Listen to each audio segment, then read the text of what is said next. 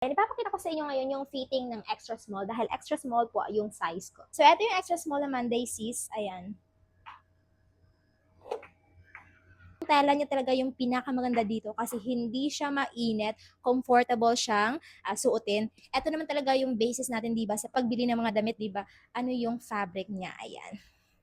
So, ganito siya kahaba sis kapag hindi siya tinak-in. Kapag mataas ka, mas magandang tingnan. Pero dahil 5 flat po yung height ko, ayan, kailangan ko siyang itakin para mas magandang tingnan. Ayan. Next, ito yung Tuesday and Thursday sis.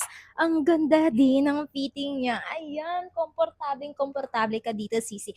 And hindi siya pang mang-inasal ha. Ayan, ang ganda ng kahat, ang ganda ng tela. As in, ito yung extra small. Sis, tingnan mo naman sis. Uy, ang ganda. Oh. Diba?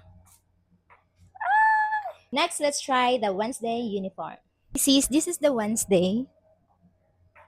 Ayan. Ayan yung details niya sa front. Ang clean. Ang linis ng pagkagawa. Pulidong pulido sis.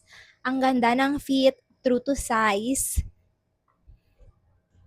And most of all, ang ganda ng fabric. Kita natin yung ano niya, yung actual look niya kapag hindi nakatakin. Eto yan. Extra small po ito, sis. Pero yung dito na part is ang ganda. Ayan. So, Sisi Bells, ano pang hinihintay mo? Bumili ka na, ang ganda nito.